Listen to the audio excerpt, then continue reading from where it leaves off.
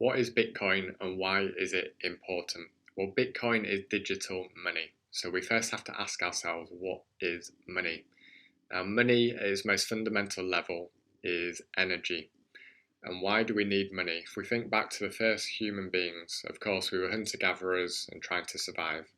But once we crossed a certain threshold of looking to the future and wanting to thrive as well as survive, we needed to find ways in order to swap products and services between each other. If you can imagine, I'm a farmer and I produce cattle and I need some wheat from a different farmer.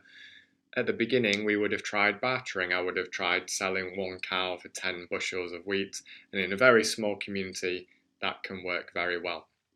However, as soon as you start to scale, there is a lot of inefficiency and a lot of friction. How do I know if I go to the next town that the other farmer is going to want to do it at the same exchange rate, 1 to 10, than I was doing over here? And what if I need to start crossing geographies over mountain ranges, across seas, rivers? It can get very, very difficult to start bartering.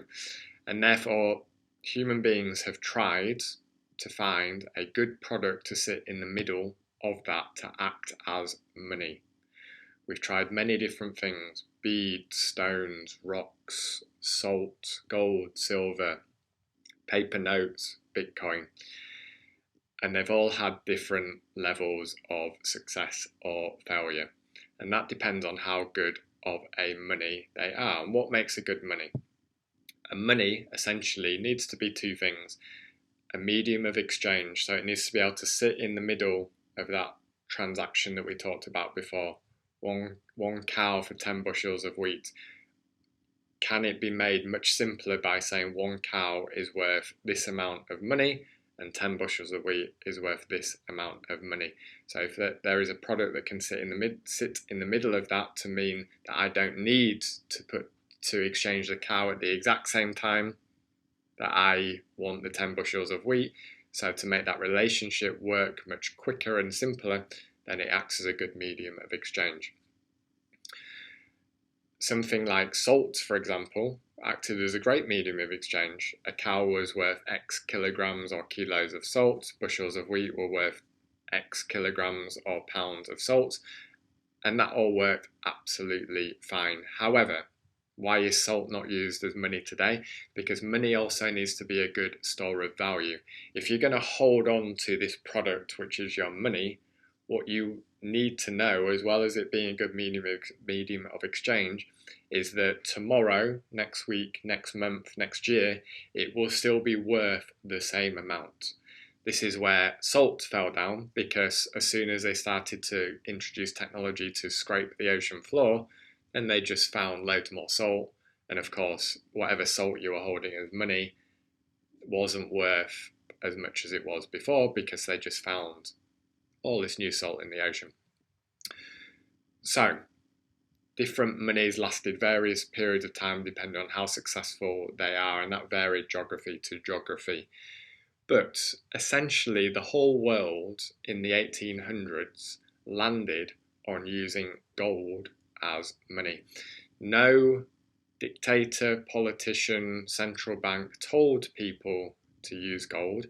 It naturally and organically manifested itself in most of the world using gold as money in the 1800s. And why was that so? Why did the people realize that gold was good money? Well, a couple of things. It's indestructible.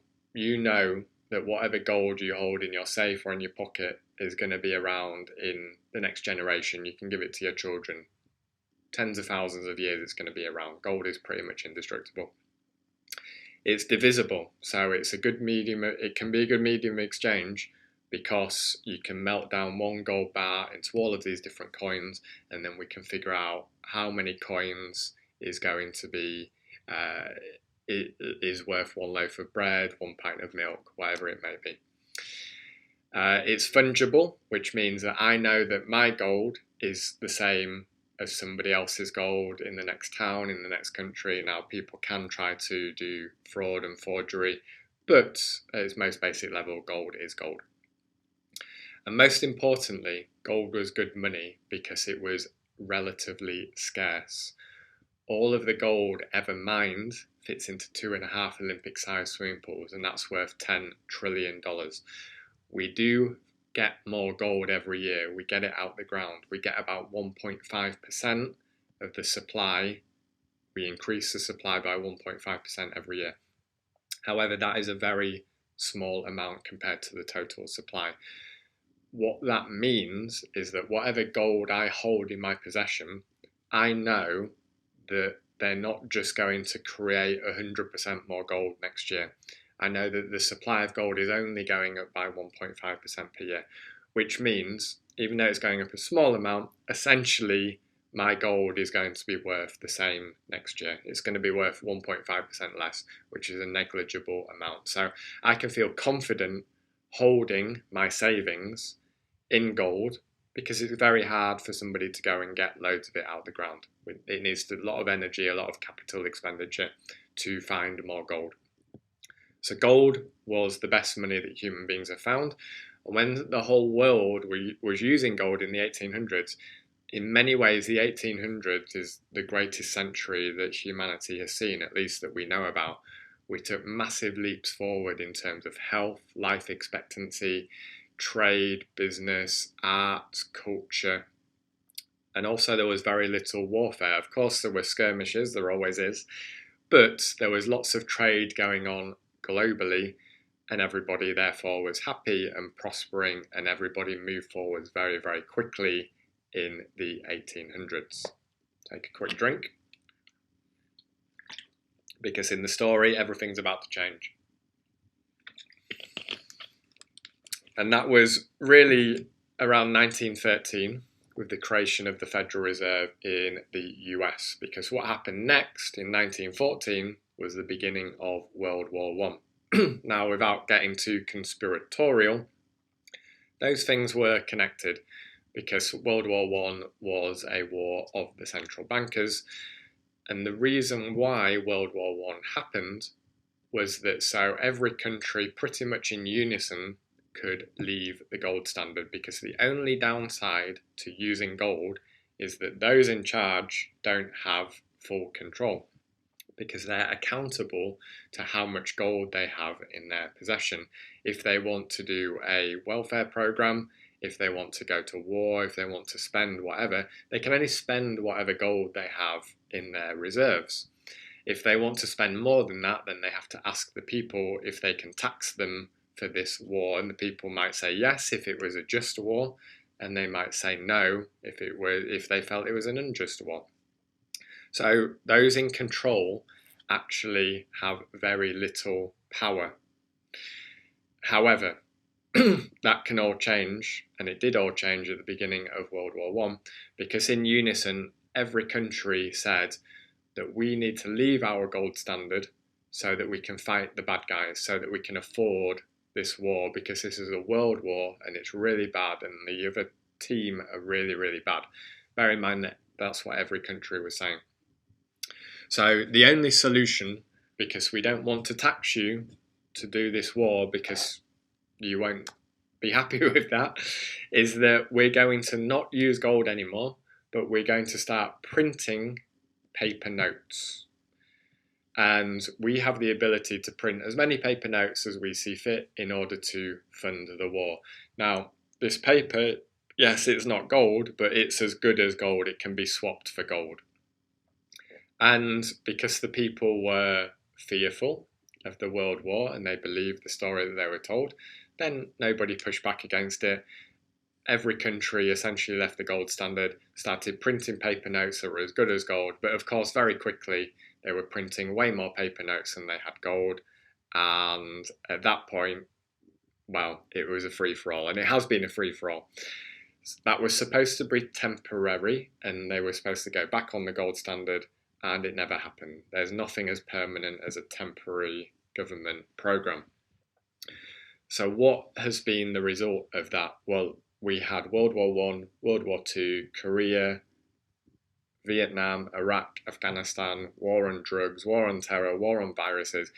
You can group all of these together as reasons or distractions so that those in charge, the central bankers, those in charge of the local currency, can start or continue printing infinite amounts of money. So printing, it used to be printing on paper notes, of course, now it's all digital, so it's just typing a few keys on the keyboard.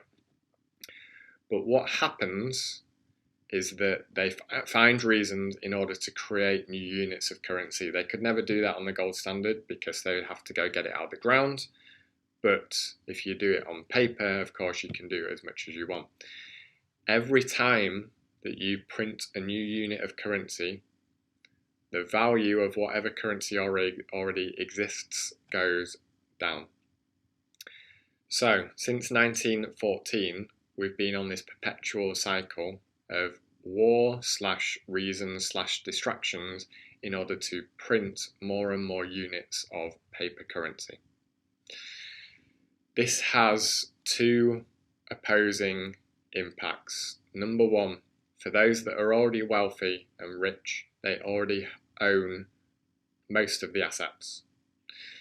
If you own assets, when they print money, when they inflate the money supply, the value of those assets is also inflated because there are the same amount of assets in existence, and now there are more units of currency chasing those assets. So that's why the value of stocks, houses, gold, silver, Bitcoin goes up, because these are relatively scarce assets.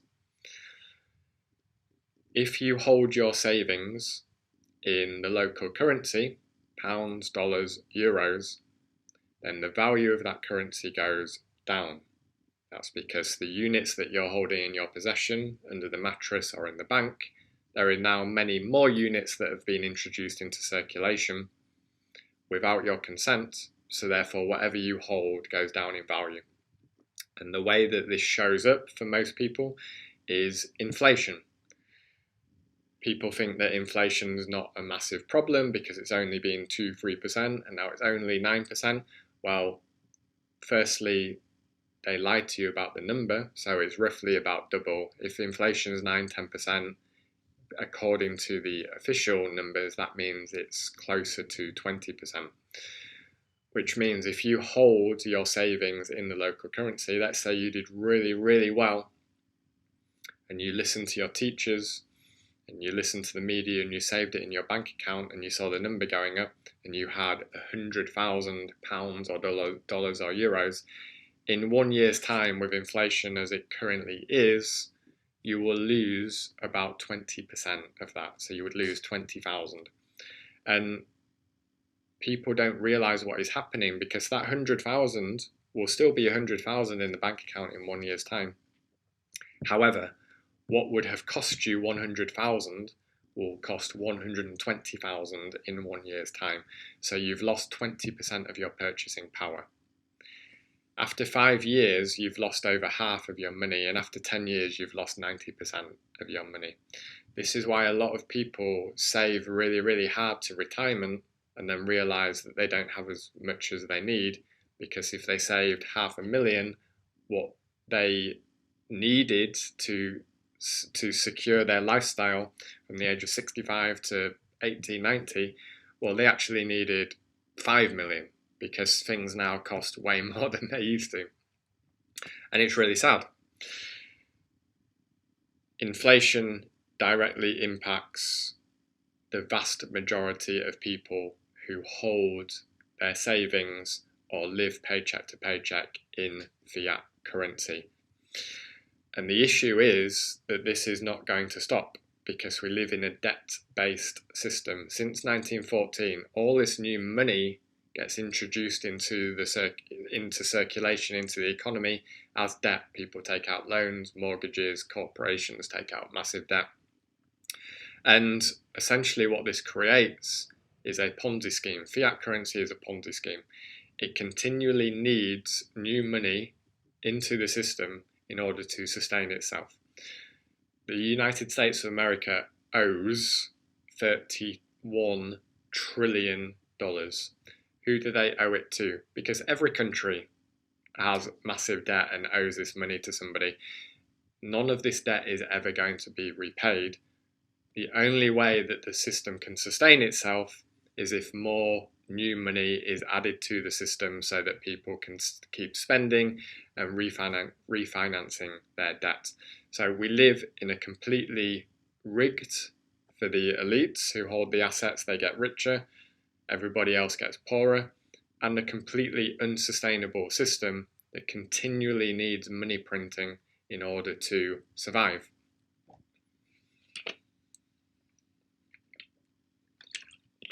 Now, let's move on to Bitcoin and why it's important. Because in 2008, we had the great financial crisis where the world nearly collapsed in on itself. And the response of that by central bankers and governments was to print more money to keep the system going because it was all about to come down. And in early 2009, a white paper and some code was sent out on the internet, on some forums in the dark corners of the internet, and on a cryptographic mailing list to hackers and privacy lovers.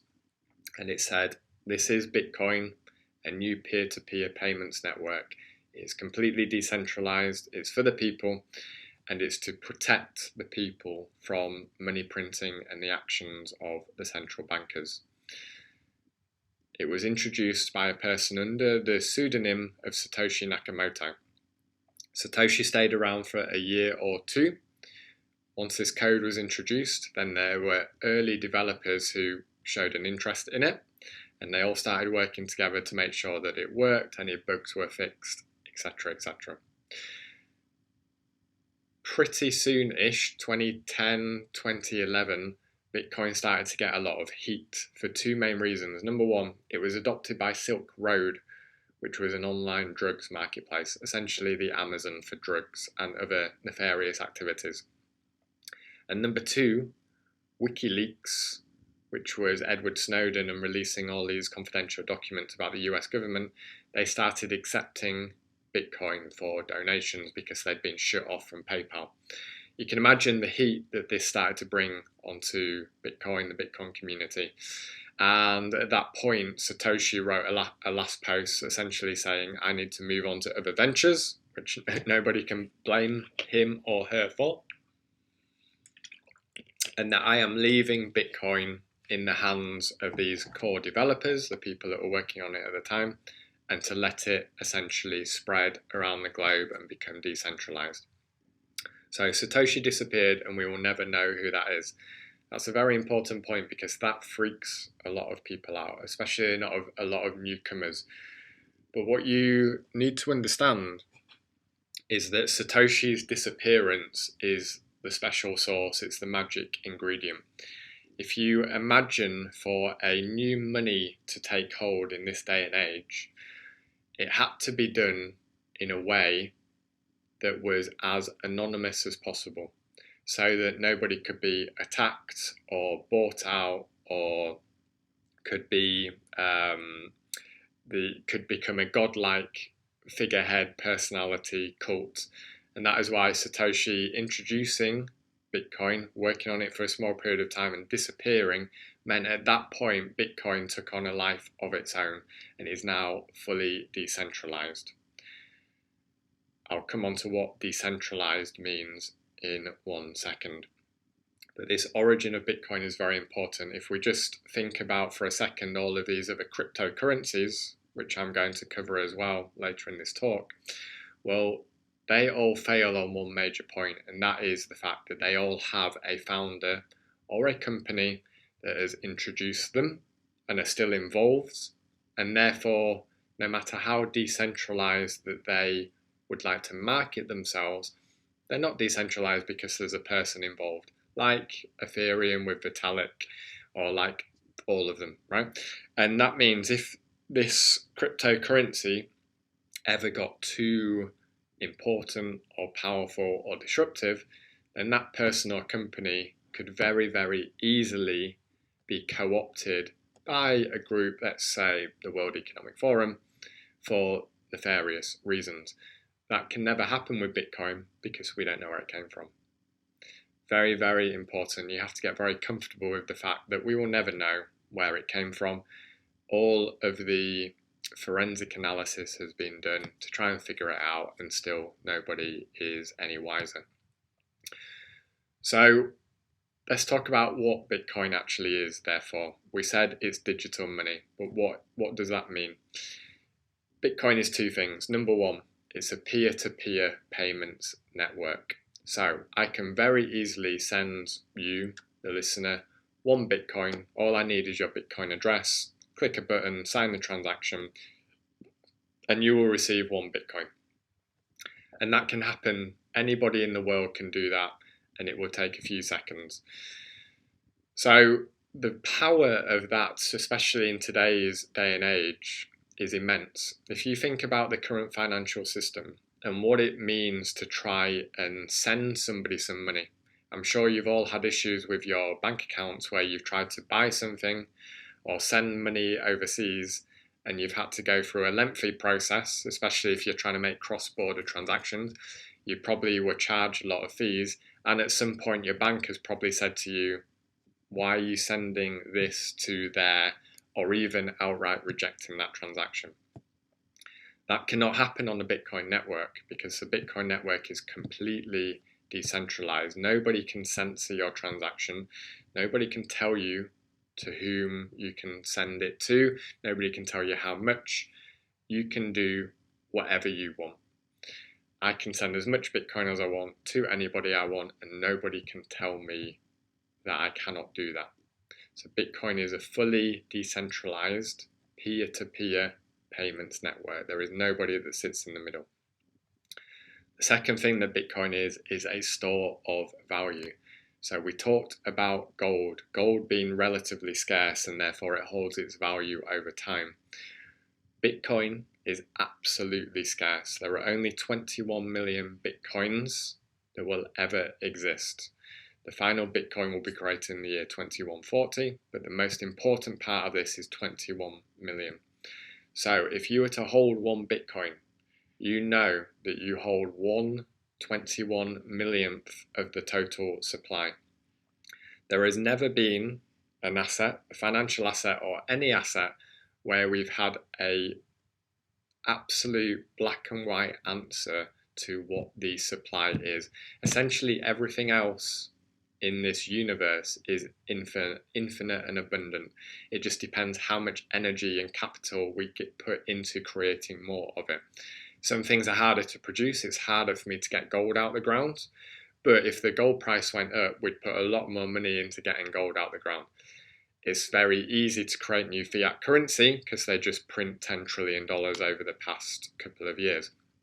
With Bitcoin, no matter how much energy, no matter how much desire, no matter how much manipulation you try and put into the network to create the 21 million from one Bitcoin, it can and will never happen. So it is absolutely scarce.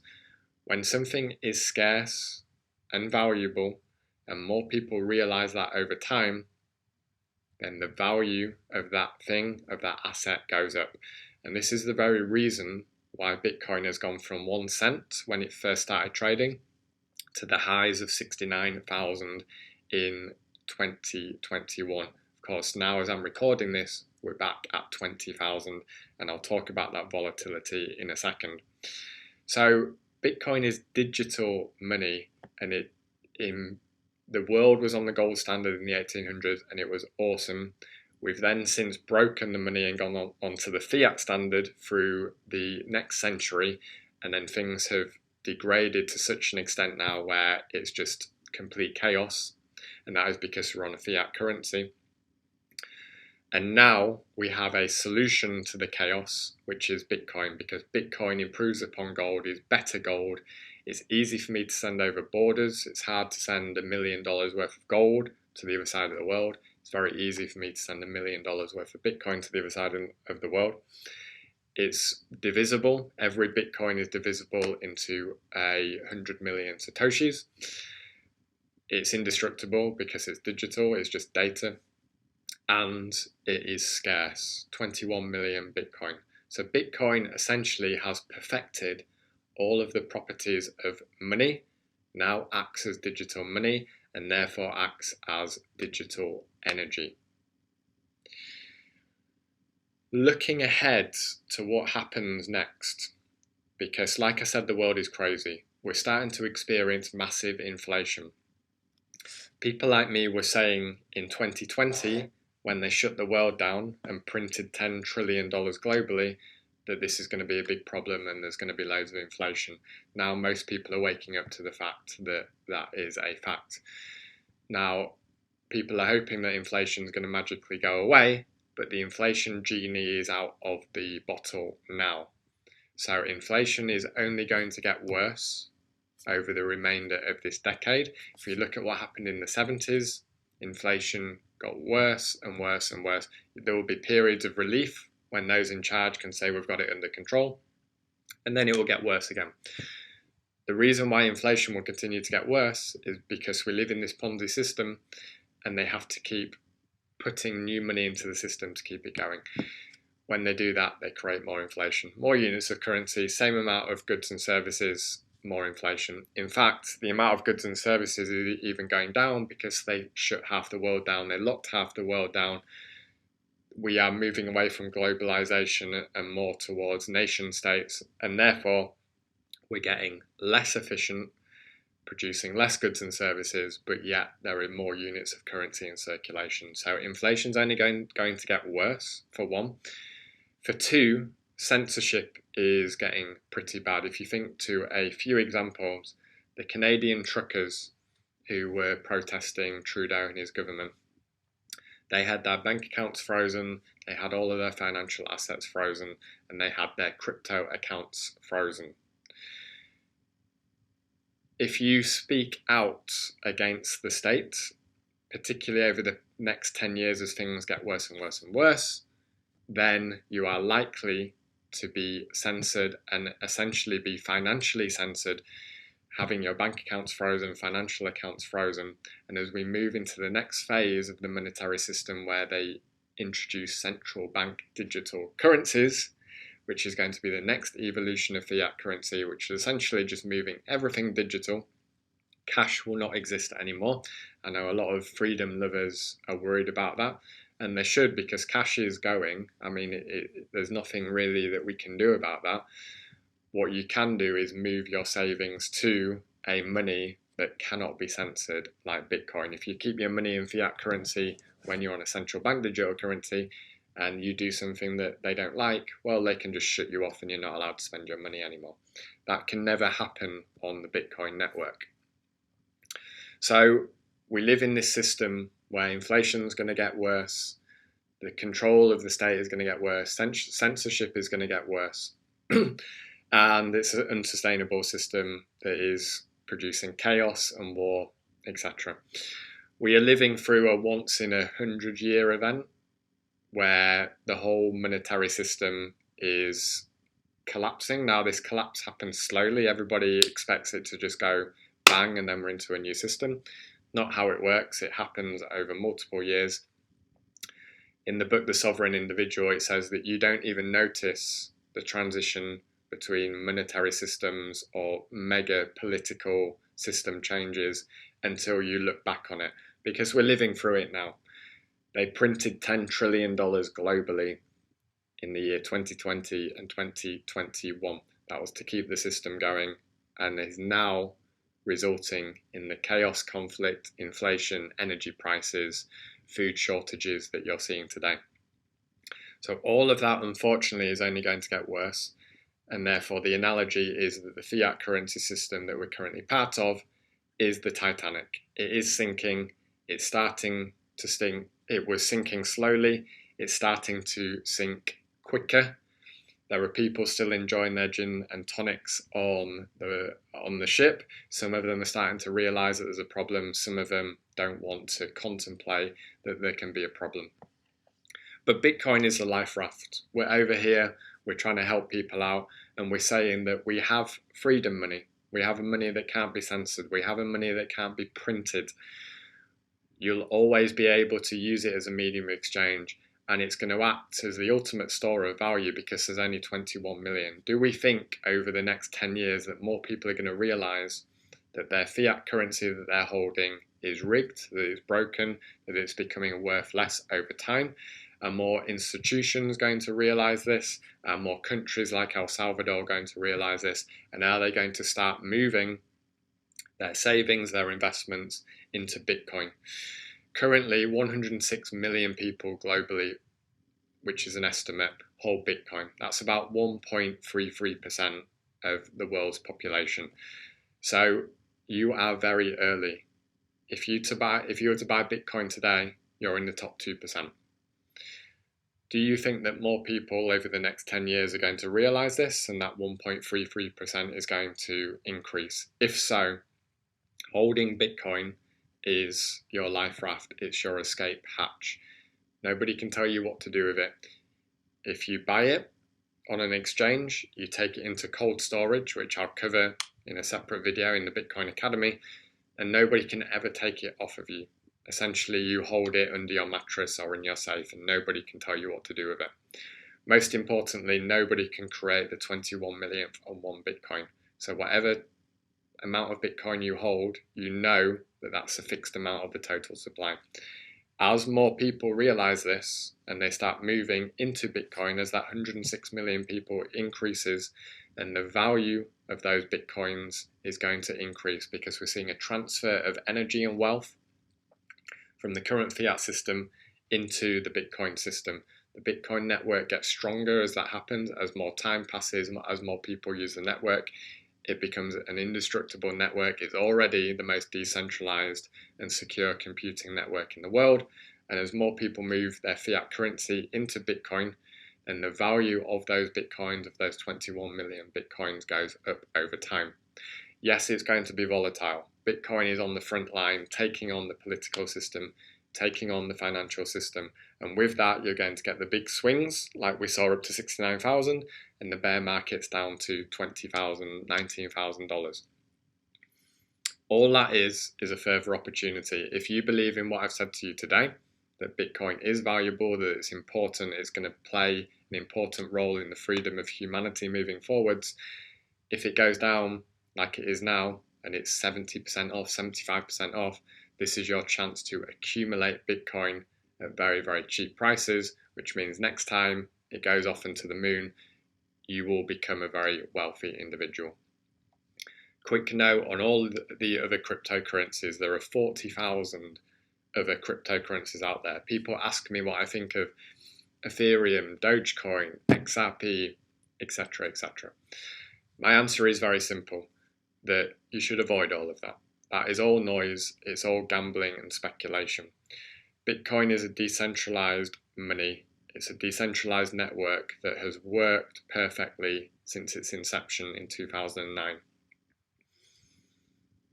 Nobody controls it and nobody can change the rules. Off the back of Bitcoin's success, various people, companies, grifters, scam artists saw an opportunity to say that we've got the next Bitcoin, and they created some sort of code, some sort of token, and some sort of marketing campaign in order to convince you that there's something wrong with this perfect money, which is Bitcoin, and that you should get this other shit coin, shit token, whatever it may be. All of these cryptocurrencies have gone out of existence. The only ones that still exist are the most recent ones. If you look back at the charts from 2016, half of those cryptocurrencies are now at zero. That's because they are essentially centrally controlled, and as such they can be co-opted, or they can just decide to print new tokens, and that's what they do. It's essentially replicating the current fiat system on a blockchain. Yes, the price can swing massively, and if you're a very good trader, you can make loads of money from it. However, for the vast majority of people, particularly beginners, what you end up doing is seeing the price go up on one of these tokens, buying it, and then essentially you're the one that got scammed because the price goes down and you're left holding this worthless token. Bitcoin is real money, it's digital money, and it's here to stay. It is your escape hatch, it's the life raft, it's freedom money, and it is a way to grow, to store and grow your wealth over time and make sure that you are protected from what happens over the next 10 years.